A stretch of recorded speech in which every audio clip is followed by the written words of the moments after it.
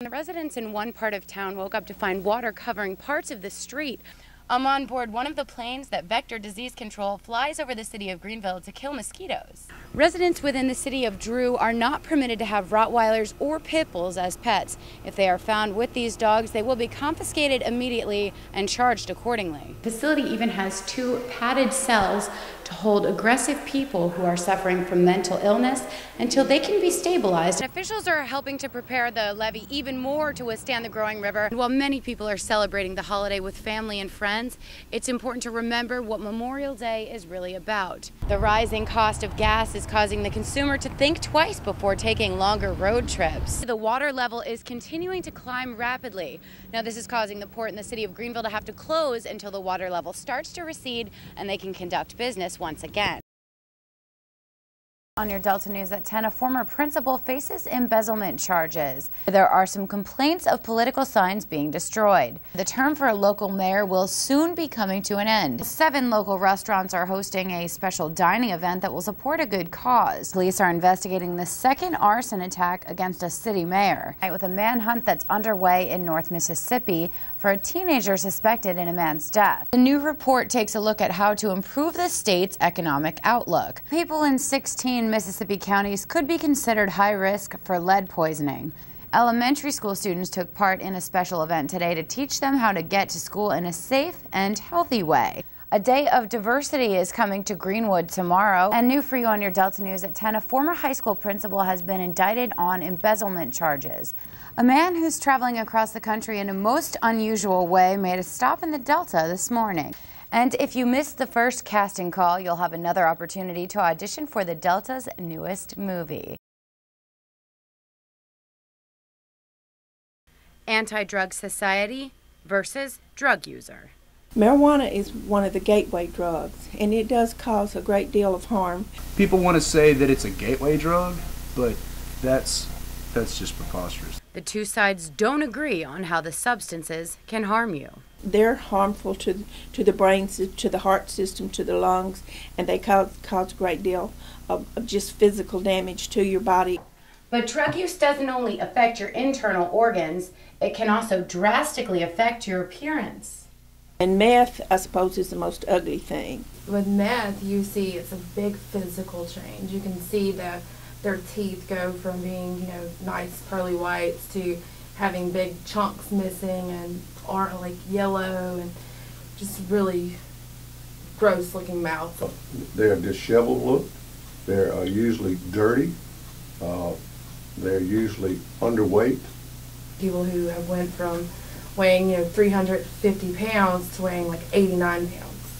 I've seen guys go from 280 pounds to 90 pounds. And on your skin you'll see those sores and stuff, and folks will pick at them thinking they're picking bugs off their skin.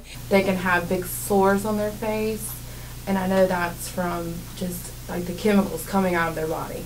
Even though physical and mental decline is very obvious to most people, users often don't realize the effects of drugs until it's too late.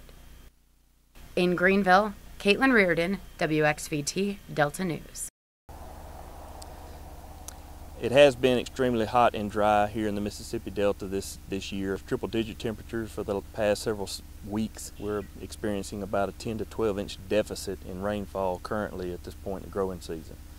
That just about sums up the climate conditions that soybean farmers are dealing with this year, and it's a bit of a problem. The lack of rainfall has a big impact because rainfall and moisture obviously helps the plants tolerate heat a lot better than they could when they're dry. And since dry has been the weather condition, farmers are depending heavily on irrigation.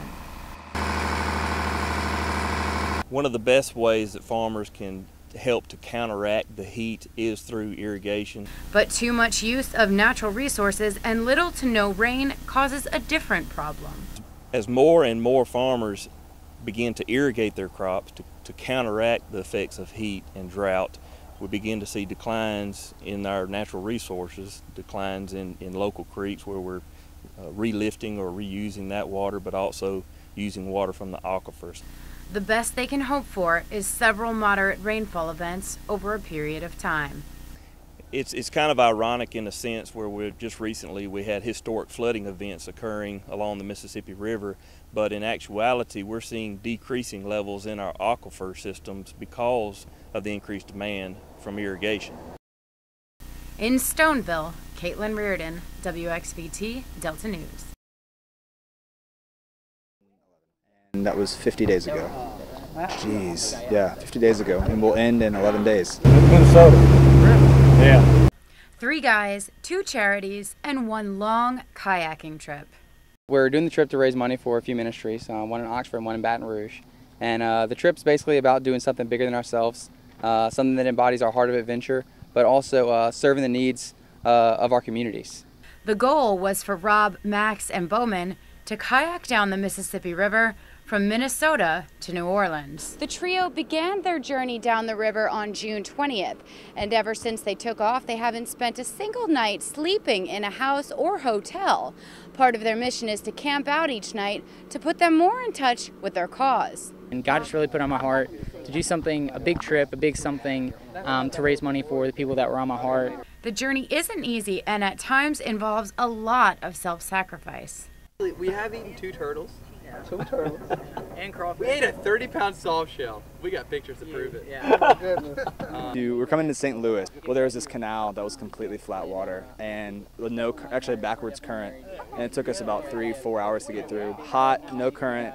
We could see like the arch in the distance. We're like, oh, like the promised land. And it was hard, but it was worth it. It's just trying to serve and give back. We're all believers. We're Christians, and we're very thankful for the blessings we've been given, and we just want to give back to the communities that have given so much to us. So it's been a whirlwind. It's amazing.